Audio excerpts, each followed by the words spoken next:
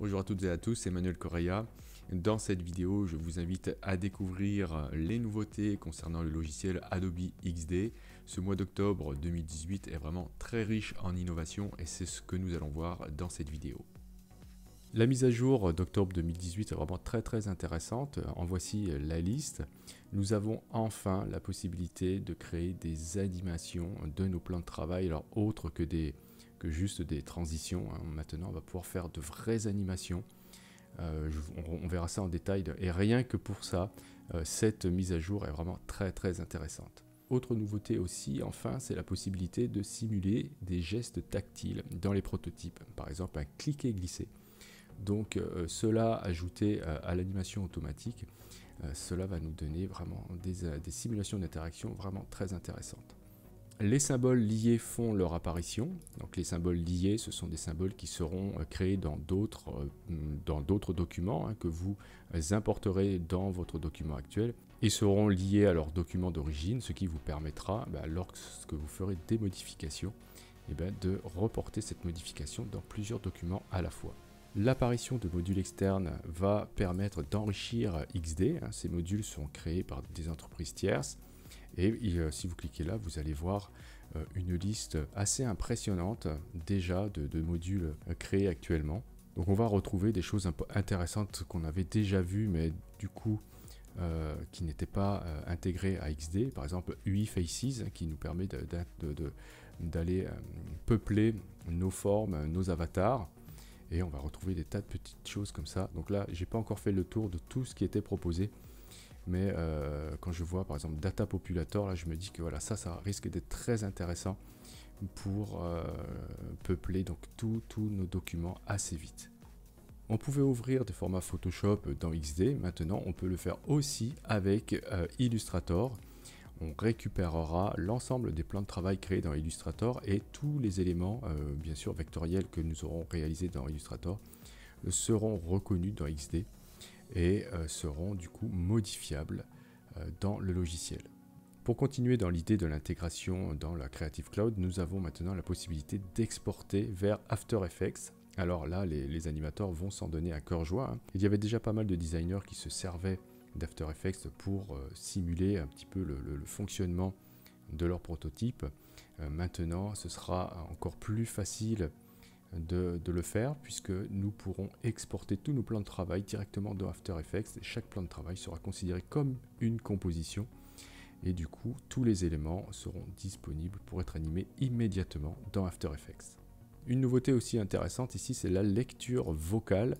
On va pouvoir lancer une commande, lancer une interaction uniquement par la voix et on pourra en retour aussi recevoir un message. Alors pour l'instant, ça fonctionne uniquement en anglais. XD est le premier logiciel de prototypage à proposer ce type d'interaction. Et enfin, on va retrouver un petit remaniement de l'écran d'accueil. Nous allons voir ça tout de suite. Donc au passage, je précise que ceux qui ont acheté ma formation complète sur le logiciel auront bien sûr cette vidéo qui seront intégrées dans cette formation et nous verrons des choses plus en détail, notamment les animations automatiques. Je mettrai en application cette nouvelle possibilité dans l'exercice qui est inclus dans la formation. On va voir tout de suite la page d'accueil. Alors qu'est-ce qui change dans cette page? Vous avez une redisposition de certains éléments. On va retrouver dans la partie haute les paramètres prédéfinis pour nos plans de travail. Et on va retrouver ici là un lien pour voir un tutoriel sur XD. Ce qui change vraiment, c'est surtout ici au niveau des fichiers récents. Nous avons maintenant des vignettes qui nous montrent une prévisualisation de ces fichiers. Ensuite, le gros changement, c'est ici Add-on. Vous allez tomber sur cette page qui s'appelle Sélection des éditeurs, dans laquelle on va trouver pêle-mêle soit des plugins, soit des kits utilisateurs, soit des applications partenaires. Et vous voyez qu'à chaque fois que je passe sur une vignette, je vais avoir ici une icône. Là, cette icône-là va m'indiquer que si je clique, je vais ouvrir une page web sur le site en question. Et là, si j'ai une icône comme ça, c'est un plugin que je vais pouvoir installer directement dans XD. Sinon, en haut ici, on va retrouver des liens. Si je clique sur plugin, j'aurai la liste des plugins disponibles actuellement pour XD. Si je clique là sur Kit interface utilisateur, je vais tomber sur une page web avec la liste des kits disponibles. Et si je clique là, j'aurai la liste des applications partenaires. Mis à part ça, tout le reste était déjà présent. Si je clique sur votre ordinateur, je vais pouvoir aller naviguer dans mon ordinateur afin d'ouvrir un fichier compatible XD. Et en dessous, on va retrouver un lien pour aller voir les nouveautés, les formations et un lien pour donner notre avis sur le logiciel. Et dorénavant, vous pourrez retourner dans la page d'accueil lorsque vous êtes dans un document XD en cliquant ici sur la petite maison qui s'appelle Origine. Et si je clique là, je vais retourner sur la page d'accueil. Alors maintenant, on peut directement ouvrir un fichier Illustrator dans XD. Ici, je me trouve dans Illustrator. J'ai deux plans de travail, vous voyez, celui-ci et celui-ci. Chaque plan de travail contient donc des éléments. Je l'ai sauvegardé et je vais maintenant aller l'ouvrir directement dans XD. Donc je vais aller chercher en cliquant sur votre ordinateur le fichier en question, donc c'est celui-ci.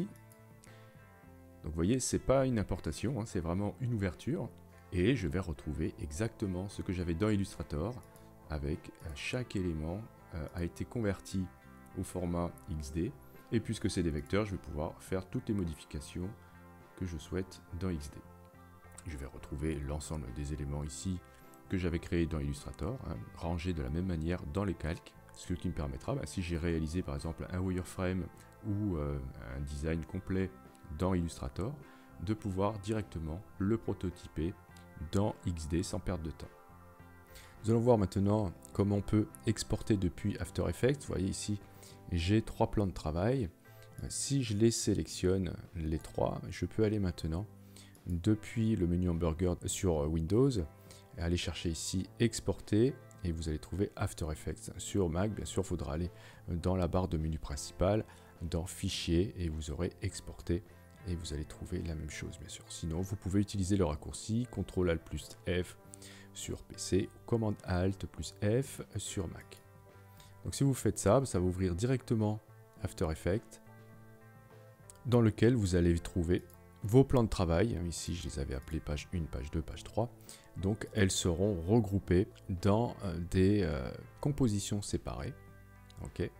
Ici, si je clique sur la page 1, je vais retrouver donc l'ensemble des éléments qui composent cette page. Ok. Et là, vous voyez que chaque élément apparaît ici. Et je vais pouvoir animer chaque élément, donc séparé. Tout est déjà prêt. Donc, vous n'aurez plus qu'à faire votre petite animation. Voilà, donc ça sera très utile pour les animateurs.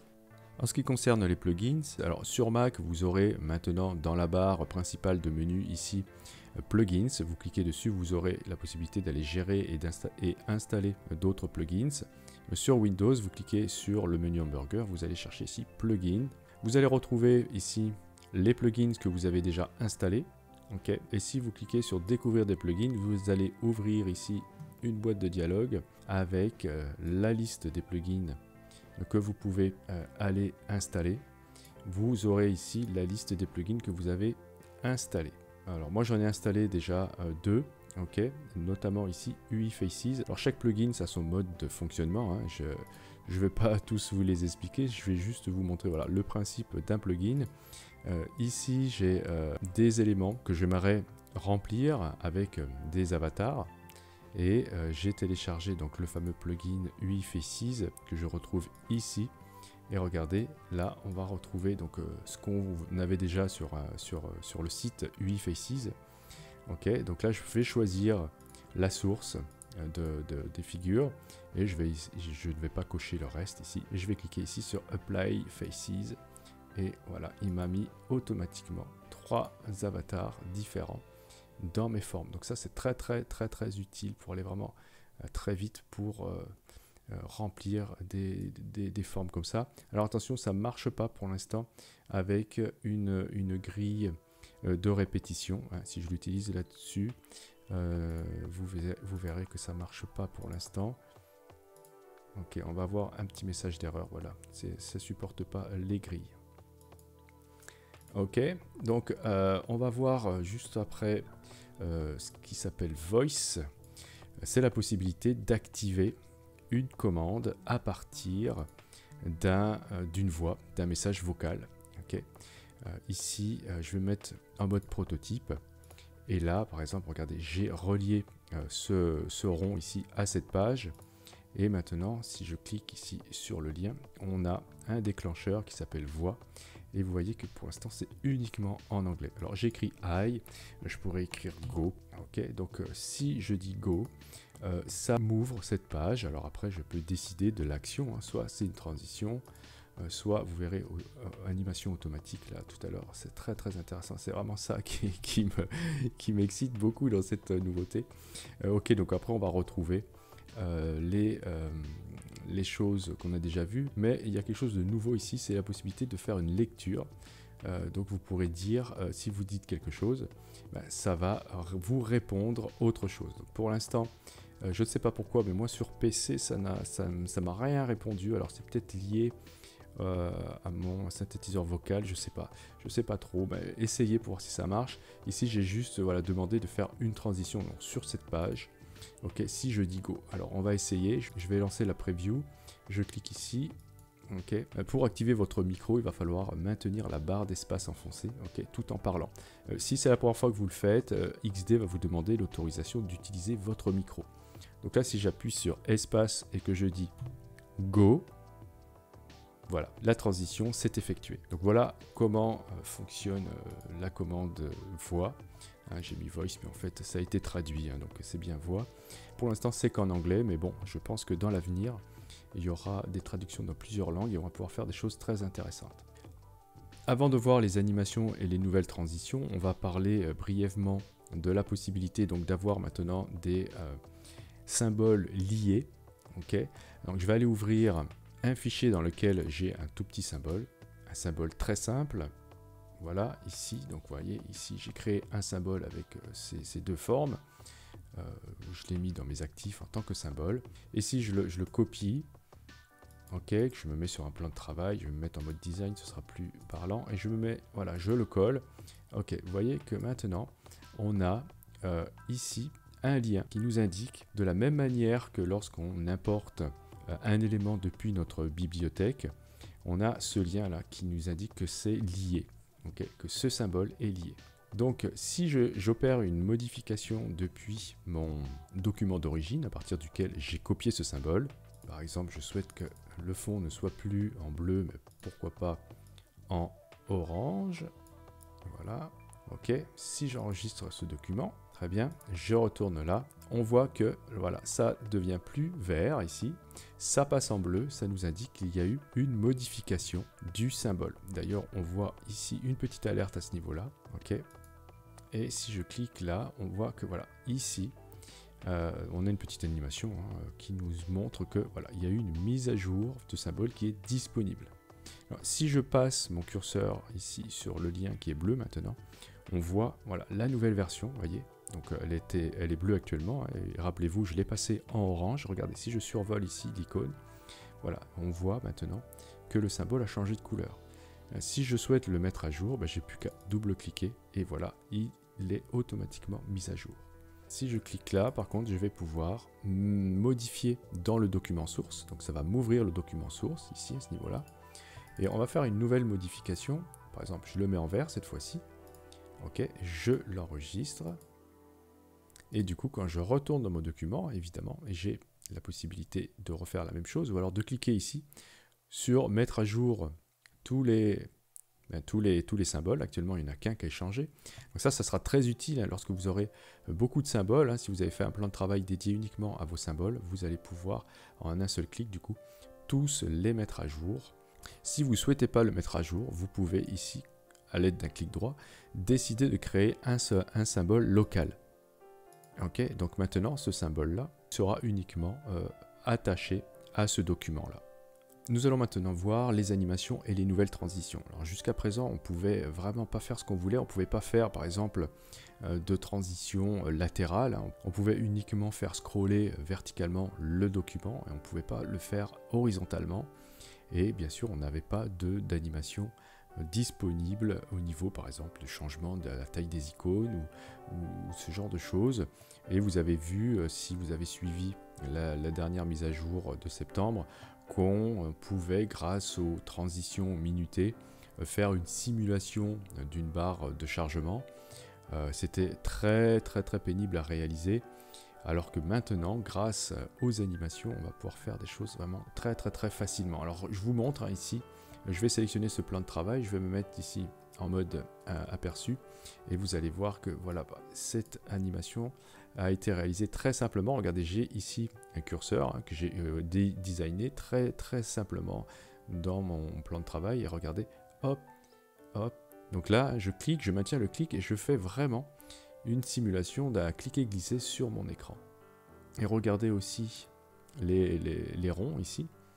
Ok, ils changent de taille. Donc on va pouvoir faire vraiment des choses très intéressantes. Alors une autre petite animation ici. Si je clique ici sur ce bouton pour télécharger quelque chose, je vais pouvoir, grâce à la fois aux animations et aux transitions minutées, simuler une barre de chargement. Hop, et voilà. Je recommence. Je clique sur télécharger. Le téléchargement se fait. Quand c'est terminé, voilà, je peux cliquer ici sur ouvrir. Donc ça pourrait aller dans un autre plan de travail. Donc on va voir vite fait comment on va mettre ça en application. Je vais créer un plan de travail. Hop. Et je vais, par exemple, faire un carré. Ok, peut-être avec des bords arrondis. Ok. Et je vais mettre un fond, peu importe la couleur. Pour l'instant, je ne vais pas mettre de bordure. Et je vais dupliquer mon plan de travail avec l'élément présent dessus. Alors là, la chose à laquelle il va vraiment falloir faire attention, c'est au nom. Regardez dans votre panneau calque, il faudra absolument que vous ayez le même nom des éléments, puisqu'en fait, c'est une sorte de morphing qui va être réalisé de vos éléments. Regardez, si je change la couleur de ce rectangle, je pourrais, par exemple, réduire sa taille, peut-être depuis le centre. Donc si j'appuie sur majuscule et Alt en même temps, je vais faire une transformation depuis le centre. Je peux même réduire peut-être ici, du coup, les arrondis qui n'ont pas changé avec le changement d'échelle. Donc je vais les réduire. Je vais mettre, allez, je vais peut-être mettre, allez, 10 peut-être. Ok. Et peut-être, pourquoi pas, faire une petite rotation à 45 degrés. Ok. Donc maintenant, ce qu'il faut faire, c'est ça, c'est que vous sélectionnez votre plan de travail. Vous allez dans le mode prototype. Je peux dire voilà, que si je clique sur ce carré, ça va me faire passer sur ce plan de travail, d'accord, mais cette fois-ci avec une animation automatique. Cette animation automatique, vous allez voir que vous avez maintenant quelque chose de nouveau qui arrive. Dans le rythme, on va retrouver donc linéaire, décélération, accélération, etc. Tout ce qu'on avait déjà vu, mais vous avez trois autres rythmes nouveaux qui sont apparus. C'est magnétisme, remontage et rebond. Donc on va essayer magnétisme. Et vous allez voir, voilà, vous pouvez lui indiquer une durée, ok. Et on va tester ça. Donc je clique sur ce carré, hop, et voilà. Alors je vais faire l'animation inverse. Si je clique sur ce carré, j'aimerais que ça me fasse donc l'animation inverse. Donc toujours avec animation automatique, un magnétisme et une durée de 0,3 secondes. Ça va me donner ça. Regardez, hop et hop. Donc là, c'est vraiment très intéressant et très excitant à pouvoir faire des choses passionnantes. Par exemple, si je souhaite, vite fait, je vais vous montrer, si je souhaite, allez, je vais recréer un plan de travail, ici, hop, avec peut-être ici une barre système en haut, qui, elle, ne changera pas. Elle va rester, alors je ne vais pas la remplir, je vais juste la laisser noire, comme cela. Mais ici, je pourrais très bien avoir donc une autre barre avec des icônes à l'intérieur, peut-être une barre de recherche ou une barre de filtre, comme on avait fait dans l'exercice de la formation. Ok, et ici, une autre barre avec d'autres éléments dedans. Je vais changer la couleur. On va rester dans les tons un peu gris comme ça. Voilà. Ok, donc on va s'amuser là-dedans à mettre des choses qui pourraient être des icônes. Cela, donc je vais pas faire quelque chose de très complexe, hein, c'est juste voilà, 2-3 petites choses un petit peu au pif. Voilà, je vais quand même les aligner. Okay. Donc admettons que si je clique sur ce bouton, est-ce que, pourquoi pas, la barre ici passerait en dessous de ça, et ça monterait, cette barre monterait. Donc je vais grouper tout ça, ça sera plus simple. Ok, je vais grouper aussi ça, et je vais faire une duplication de mon plan de travail. Donc ce que je vais faire maintenant ici, c'est que je vais déplacer cet élément. J'ai pris soin de le mettre en dessous de tout au niveau de la disposition dans le panneau calque. Et celui-ci, je vais le remonter. Ok, je pourrais même lui changer la couleur légèrement pour lui indiquer voilà, qu'on a changé de page ou alors qu'on a changé d'état.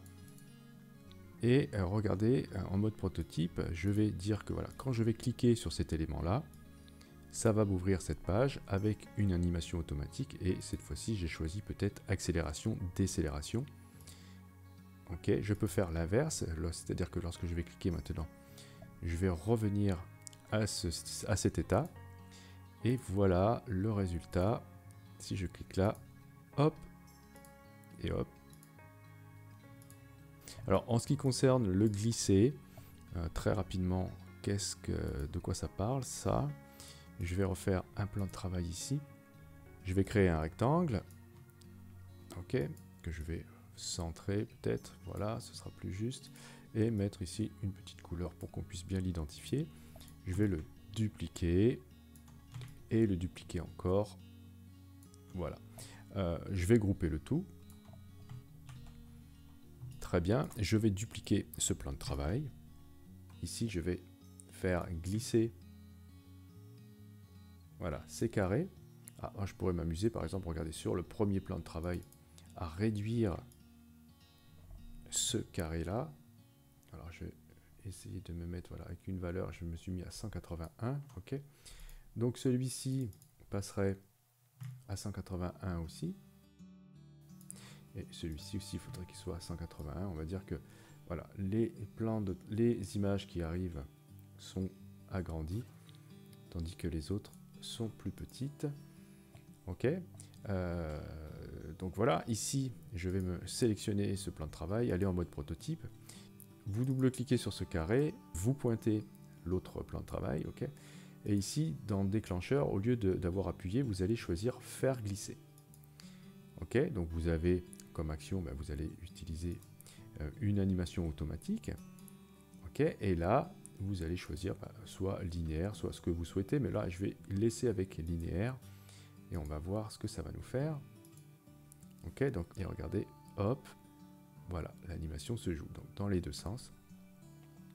Vraiment comme un cliquer-glisser. Donc là, on va vraiment pouvoir simuler un carrousel d'images, par exemple. Donc imaginez un petit peu toutes les sortes d'animations qu'on va pouvoir faire. Et si on les utilise avec ce qu'on avait déjà vu précédemment, les transitions minutées, c'est le cas ici, c'est-à-dire que là, lorsque je clique sur télécharger, ça me joue cette page-là, plus cette page-là, et enfin celle-ci. Donc en fait, ici, vous voyez ici ce petit bout-là, c'est en fait ma barre noire ici, qui a été complètement écrasée à l'aide d'un changement d'échelle. Vous voyez, en fait, elle est au-dessus de l'élément blanc. Et du coup, là, ça me joue une animation, changement d'échelle entre les deux, automatiquement, avec les transitions minutées et l'animation automatique. En ce qui concerne les nouveaux rythmes disponibles, vous allez avoir, donc comme on l'a vu tout à l'heure ici, magnétisme, remontage et rebond. Donc cela, ce sont les nouveaux rythmes disponibles. On va essayer magnétisme. Alors je vais le mettre très lent, comme ça on va bien voir l'animation. On va le jouer dans les deux sens. Donc là j'ai juste deux plans de travail avec des fonds différents, tout simplement. Et en termes d'animation ici, j'ai utilisé un glissé vers la gauche. Alors peut-être que le retour, ça serait bien que ce soit un glissé vers la droite, toujours en magnétisme, pour qu'on puisse bien voir de quoi il s'agit. Alors je suis ici en mode prévisualisation. Et si je clique, voyons voir ce que cela donne. Hop. Voilà, donc en fait, ça a l'air de dépasser un petit peu de chaque côté. Vous voyez, on se retrouve avec un fond noir. On va essayer maintenant ici remontage. Donc pour les deux, comme ça ce sera le même.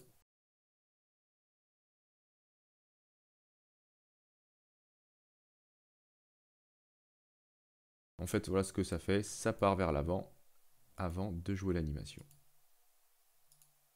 Et ensuite, qu'est-ce qu'on a? On a ici rebond. Et rebond, ça nous donne ça. Voilà, un petit rebond.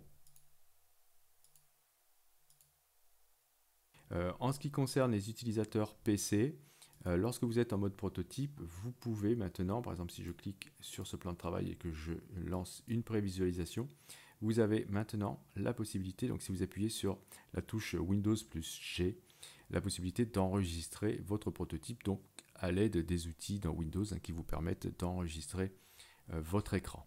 Donc ça c'était disponible déjà avant sur Mac.